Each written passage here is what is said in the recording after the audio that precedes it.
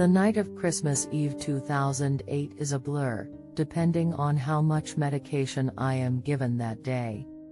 I can avoid the nurses for a couple of hours, but not too long. I suppose you've heard about me in the papers or on your favorite serial killer show. No, I was never convicted. What the media claimed was all lies anyway. No one knew what happened that night except me, which is why the police blamed me. My name is Max and my name is all I carry now. You've probably heard of ghost towns around the US. My town is one of them. Located in the foggy mountains of Oregon, most people have never heard of the town Asher. It was the kind of town where people never left, and if they did, they always returned. Things and people always had a habit of coming back. Bad memories, sadness, pain, and grief always stuck around. Festering at night right before one tried to go to bed, piling on itself, growing deeper in the dirt. There are forests, but not as many trees as you'd think we would have. Green doesn't grow in this town. The dirt won't let it. No matter how much sage you burned, it couldn't cleanse this place. This town was haunted, but perhaps the people were first. I don't consider myself haunted, I just think I was born wrong. When I was brought into this world, my mother told me that I wasn't like other babies. I had a solemn-looking face and dark eyes. She also said that I refused to cry. I still can't cry. My eyes won't produce tears. The doctors say it's a disorder. Even when my grandmother died, I never cried. Or when my mother would scream at me, I never flinched. Or when my dog got hit by a car. Nothing. I didn't feel things like other kids or people. I don't feel at all. When I was 6, I knew something was wrong when I accidentally cut half my finger off and I never screamed. There is something within me that isn't in other people. I guess it was destiny for the events that took place. Some kind of fated magic. Whenever my mother got drunk, she would tell me that I was a stone boy and that all stone boys went to hell. She was bipolar when she wanted to be. When she loved me, but when she despised the fact that she had a kid, she hated me. There was never an in-between. My father was too busy pretending nothing was wrong, with his head in the clouds of denial. He always knew how to make himself feel better. All he had to do was look away or leave the house. Too bad I couldn't live in those clouds with him. Instead, I was always on my own, sitting in silence at the kitchen table, staring out the window in the back seat of our car, waiting for some better day to come, but better days never came. 2008 was a year of many things for me. I had started 8th grade and was finally 1 year from high school. My voice got significantly deeper and life seemed like it had possibilities, until my parents separated. The separation made my home life worse. My mother drank more and my father never came home. The teachers blamed me for not paying attention, but what they didn't know was that I hadn't eaten in 2 days. The school bully would make fun of my ribs and call me names. We called him Dan the Giant. At almost 6 feet at 13 years old, he was monstrous. The only person scarier than him was his father.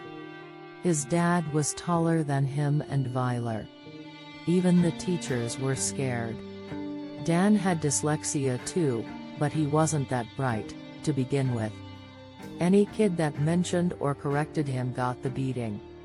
Any kid that existed, to be honest, got a beating. Dan stuck gum in my hair the Friday before winter break. The teacher had to cut chunks of my brown curly strands to get it out.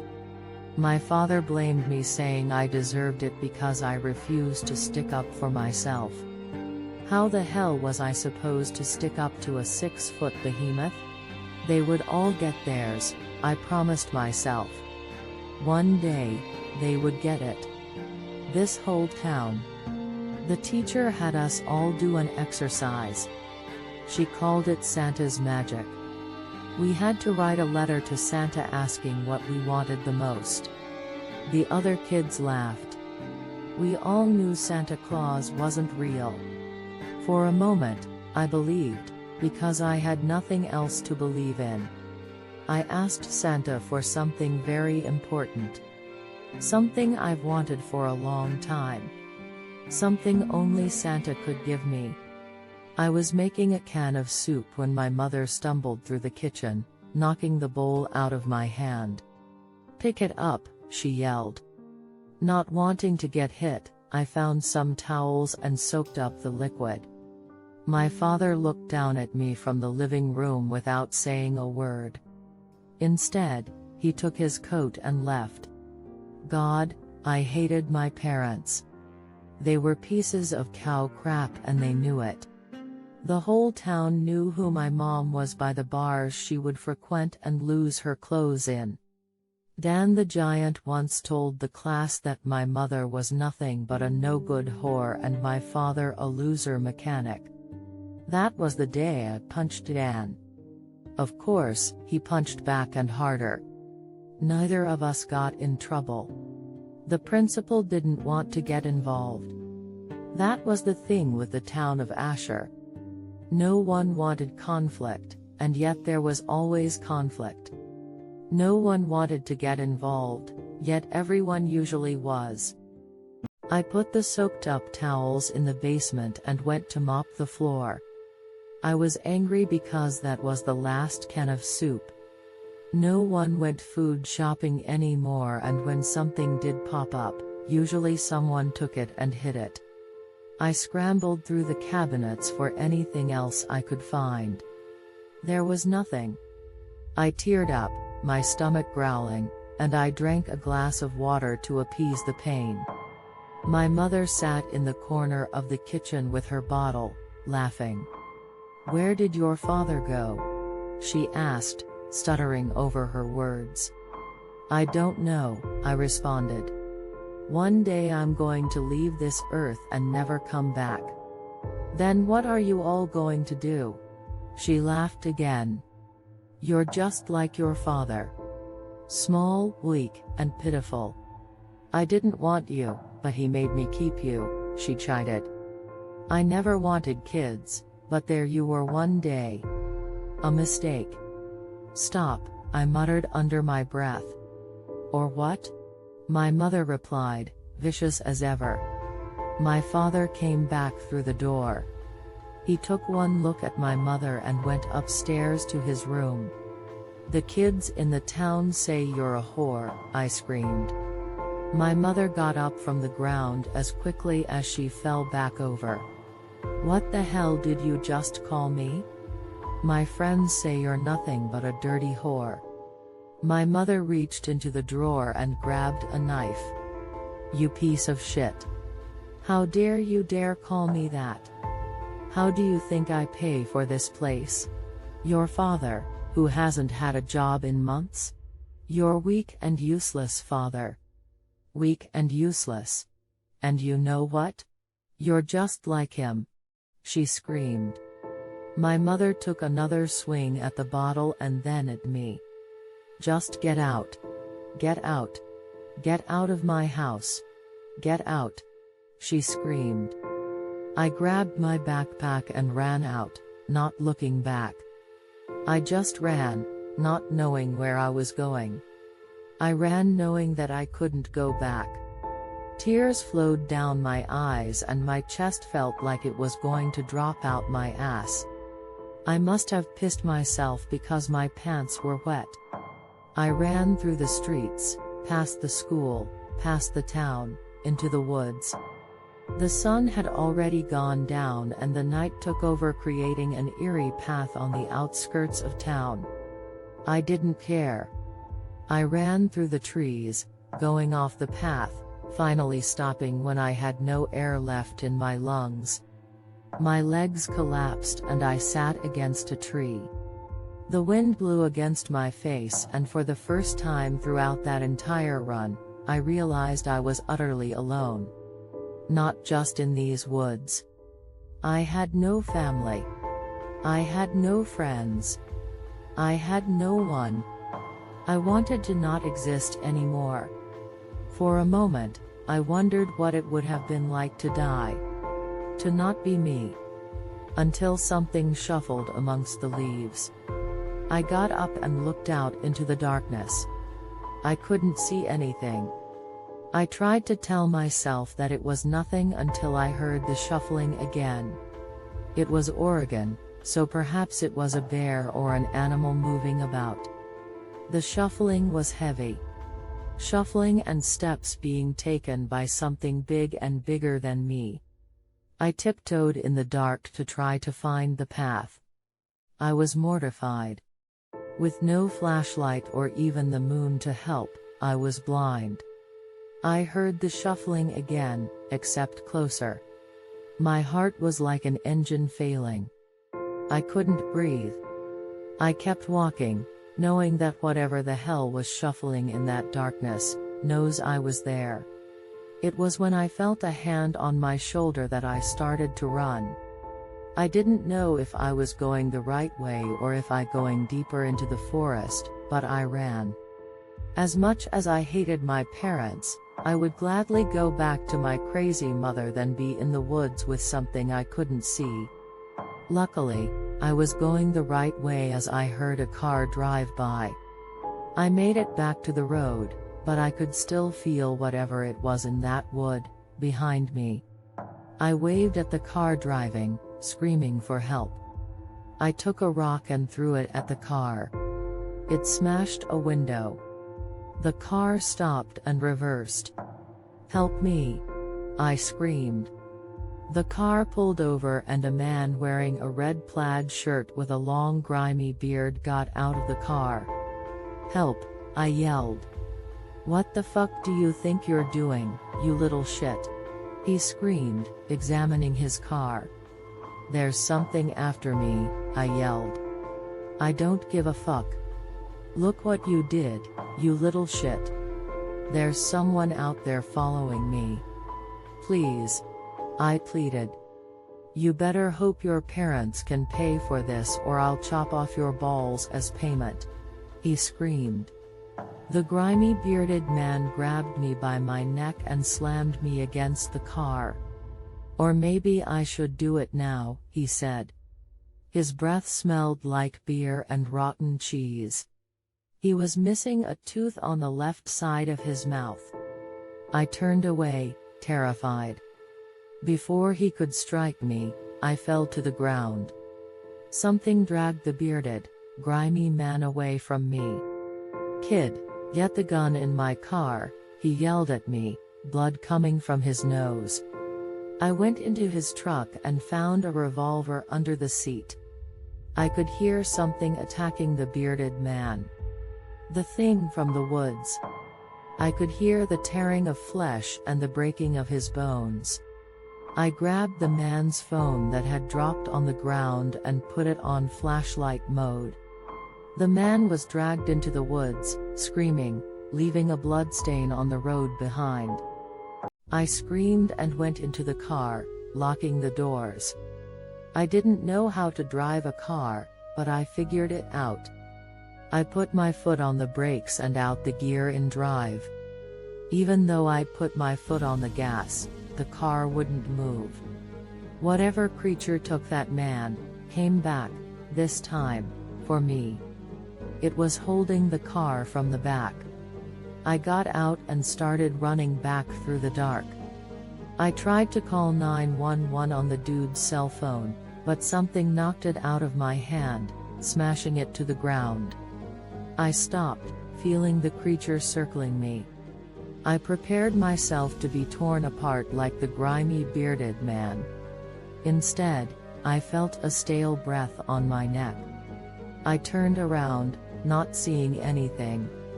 I knew it would be any moment before it killed me. I closed my eyes and waited. My hand raised on its own. Whatever this creature was, held my hand and grasped it, holding it. I shakily lifted the light from the cell phone to its face. It was ugly with white pale and scaly skin. Its mouth was oversized with teeth that protruded from its bloodied mouth. A long slippery tongue occasionally stuck on the way a snake's tongue feels the environment. It was tall, and had black coal eyes that gave a merciless stare. "What are you?" I asked. The cold eyes looked into mine, but it gave no response. "Th. Thank you," I muttered. I felt an ice droplet on my nose. It started to snow. I didn't know what this thing was, but it decided that I would call it Creature. Creature cried into the night. Its shrieks echoed in the air. I was still scared, but something felt safe with it. It did save me from that man. "Are you alone, too?" I asked. It shook its head. Whatever Creature was, it understood me.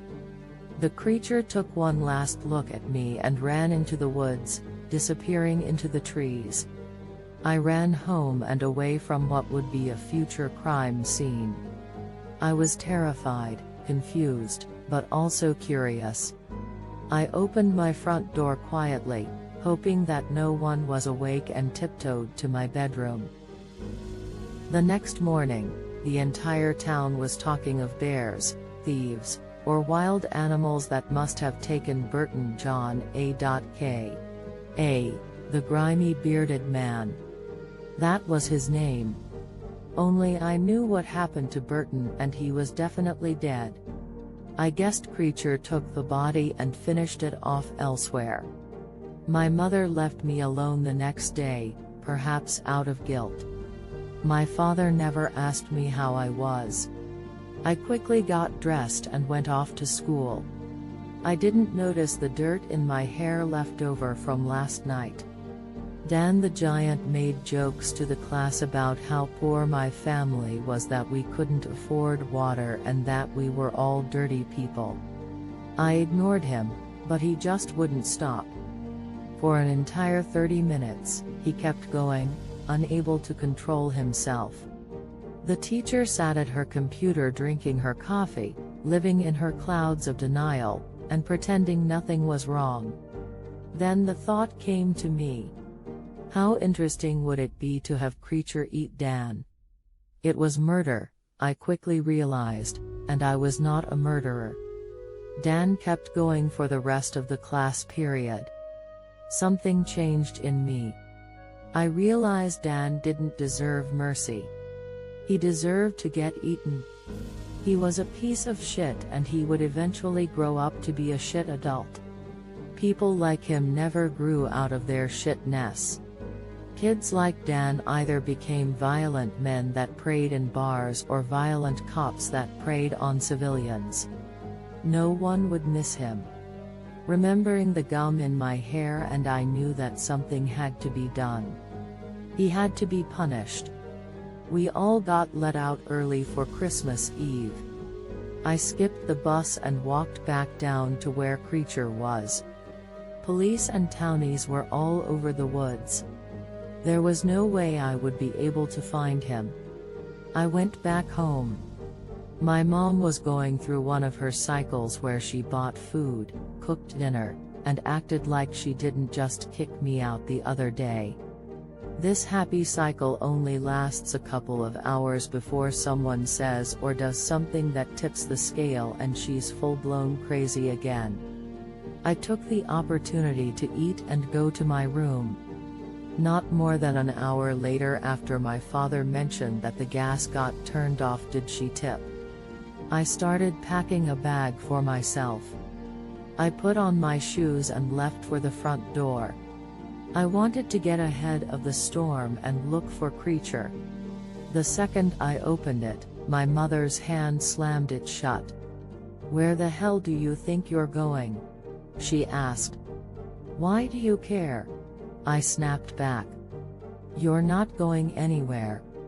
I'm not going to sit in this house as you hit and yell at me. I'll just leave. My father walked by us, slinking up the stairs to his room. Mom, I'm leaving. She grabbed me by my throat. Tell me what you're going to do again. I couldn't breathe. She took a shoe and hit my leg with it. It's your fault we can't pay the bills. All you do is take from us. You're lucky we don't put you out into the street. I felt my lungs tearing inside from the pain. I was a minute from passing out when a loud crash through the window made my mother let go. I didn't have to look for my friend after all because there it was, in my living room. It walked on the broken glass unhurt like Jesus on water. It ran to my mother and grabbed her and threw her across the room. My father came downstairs and upon seeing Creature, ran for his gun. Creature was too fast. It slit my father's ankles and he fell down the stairs. Creature put its foot on top of my father's stomach until it protruded, squishing and disemboweling him. My mother tried to run, but Creature threw a table at her, stopping her. Please. Take him. Take him. She pleaded, pointing at me, tears rolling down her eyes. Creature wrung her neck, and with one final snap, crushed it. Blood poured from her eyes and nose. I sat in silence looking at what it had done to my parents. The two people that raised me from when I was a baby. My parents who loved me, beat me, and told me I was scum, and hated me for existing. I felt nothing for them, as I looked upon their bloodied faces. I suppose it was at that moment that something else changed. I took Creature's hand and we left my house. We found an old Santa's costume and I dressed him. A red hat, and a red and black suit. He just wanted to belong like me. Santa had finally come to the town of Asher. We started at my neighbors' houses. One by one, killing them all. Their screams like a symphony in the night. I watched as he pulled organs out, smashed people's heads, picked out teeth, and splattered blood on Christmas trees. Oh, how the red brightened the magical night. When we reached Dan's house, I knew I wanted to relish the moment when he saw who was behind his death. Creature slashed Dan's father's throat and with its sharp claws, stabbed his mother. Dan screamed in horror as Creature inched closer to him. I smiled at Dan who looked back with a face I'll never forget. To be honest, it was a look of defeat. Creature took Dan and limb by limb, tore him apart. His agony was my cloud of denial and his suffering my alcohol, and I was drunk in it. When we were done, I watched Creature feed on some of the bodies, offering me chunks of eyeball, brain, and liver. I wondered where this beast had come from, but it didn't matter. He was my friend and he answered my one Christmas wish. A wish only Santa could give. Before the night had ended, Creature took one last look at me, but I somehow knew he wasn't coming back. There was no ceremonious farewell. This beast went back into the darkness from where it came, and I didn't even feel sad. My friend was gone, and I still felt nothing. You see, I just wanted to be alone. When the news hit that a town massacre had occurred, the world was in shock. The only survivor was a 14-year-old boy. I told the police no lies that night. I told them that Santa Claus had come to town,